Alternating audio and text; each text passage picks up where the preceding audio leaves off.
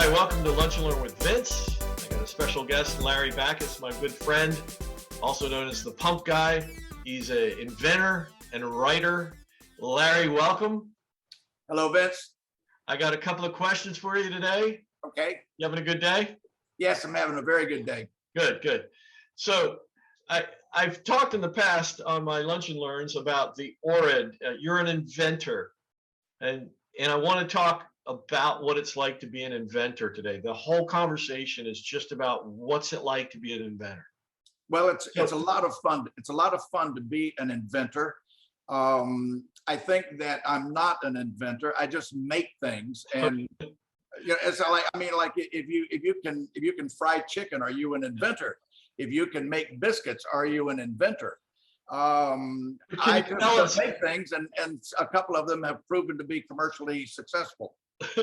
All right, I love it. Can you tell us what motivation and drive fueled you to become an inventor? What, was it a Super Bowl or a tennis ball or?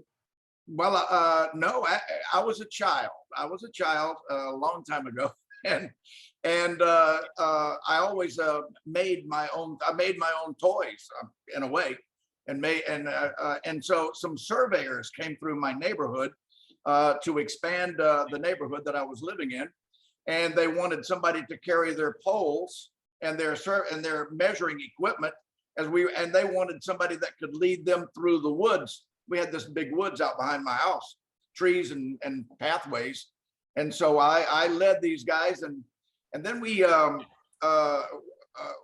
crossed a bridge, and the bridge was a cement bridge, had a cement pavement. It was not asphalt paved, it was a cement pavement, and they could not set up their tripods on the cement pavement because the tripods have a sharp point on the foot, and the cement, you cannot dig into the cement, so their tripods would fall down. And they said, well, we've got this contraption that we use, and I said, well, why don't you guys do something else? And they said, I can make one. And I took material that's just like this right here, a keychain material, and the chain, and I made a device that had a center ring like this right here with 3 chains coming off, and on the end of each chain was another one of these rings, and so they could plant their tripod feet into the keychain rings. And one guy said, can you make me a set of those? And then one of the other ones said, can you make up 12 of those? And then one of the guys left and went to another surveying company, and he said, can you make us 40 of those things? And I was in the Cub Scouts, so I started setting up a little manufacturing thing with buying keychain material and keys and keychains, and was making these. And there was no internet back in the 1950s, and so I put like a $2 ad in a magazine called POB, which I think means Point of Beginning. It's a technical magazine for surveyors and civil engineers, and put a $2 ad in the back of the magazine and started selling these things by mail. And the ad cost $2, and I was selling these things for $3 or $4. And before long, I had a bicycle and an electric train, and was buying my own clothes, and it just kind of took off from there. And so that was one of my very, very first. And then I had the occasion to, and we'll talk about this back over here. Yeah. I had the occasion to work in an oil refinery, and we had a problem with some leaking seals, and we were saying the liquid was depropanizer reflux was the liquid, and it's very harsh liquid, and it was taking out the seals and causing mechanical seal failure and other gasket failure. And we were thinking, well, there must be a way to identify the composition of the rubber. And so we were all thinking about it, and I went home, and I had a 2-year-old daughter. She's now 40. Okay. And she was 2 at the time, and playing ball in the house. Maybe she was 3. And I noticed that her super ball would bounce much higher than a regular rubber ball. And so the idea struck me, well, is it possible that different O-rings have different rebound or bouncing rates? And I started playing with it, dropping a marble through some copper tubing. And that eventually led to this device right here over my shoulder called the ORID, which is an acronym. It means O-ring identifying device, ORID. And I will say that every major mechanical seal manufacturer buys this, and most valve manufacturers and most equipment manufacturers and all the pump companies use this somewhere either in quality control or for their technicians. It has proven to be commercially successful, and that's one of my inventions. But so I didn't invent anything. I just combined take an idea from one place and take an idea from another place, and that's what most of invention is Well, actually let me ask you. finding ideas. So, in your process of inventing the ORID, did you hit any roadblocks or struggles along the way, or I mean, did things just open up and make it that easy, or were there any roadblocks or challenges in the process of coming from the Super Bowl to the end product? No, I made the very first ones. I made the very first ones on my home lathe. I'm an untrained machinist, and so I made the very first ones, and then I got an order for 2,000, which I could not make up 2,000. So then that was a problem, was getting the financing. Now today we have these programs like Shark Tank, and you can go get financing from one of the sharks. But we didn't have that back then, so I got a second mortgage on my house and had to finance it. But more than that, I got paid before I delivered. Like you pay for your food at McDonald's before you eat it. You here in the States, we pay for gasoline before we drive it out of the car. So I told an O-ring manufacturer, I think in Denmark, for the 2,000 of those devices, send me the money, and I got a second mortgage on the house, and then contracted the manufacturer, and I did the quality control. So I think talking about hurdles, I guess it's financing the growth. Sure. Yeah. Well, but in no circumstances was an order for 2,000 daunting. You were motivated. Oh yeah. Yeah. Yeah.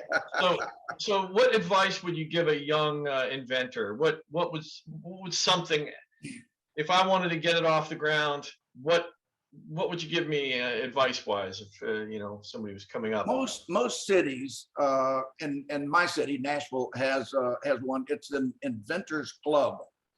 So people that are onto ideas, and they might meet once a week or once a month. And most of the members of the inventors club are not interested in stealing your information, stealing a patent, for example.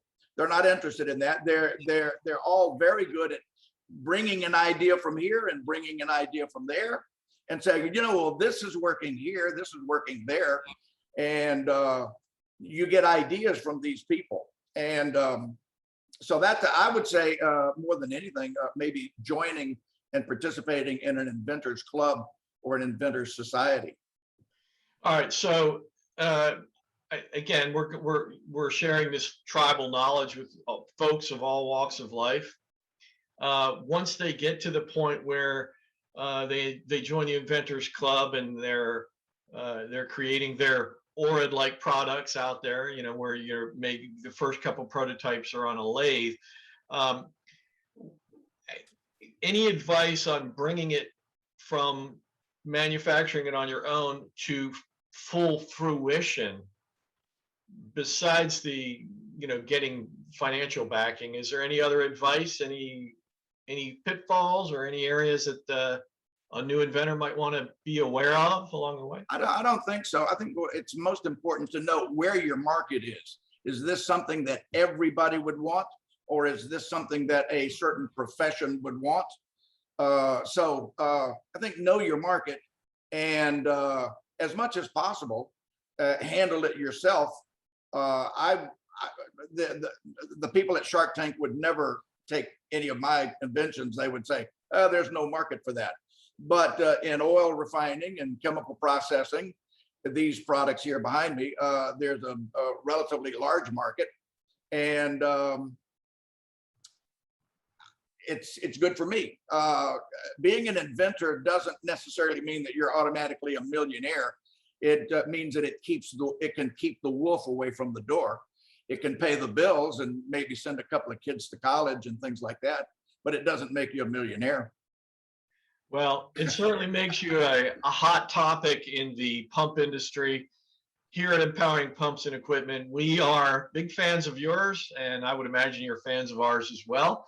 Oh, yes.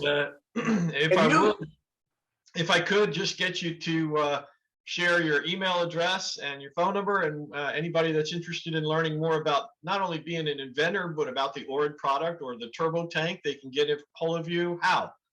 A telephone number is area code 615-361-7295.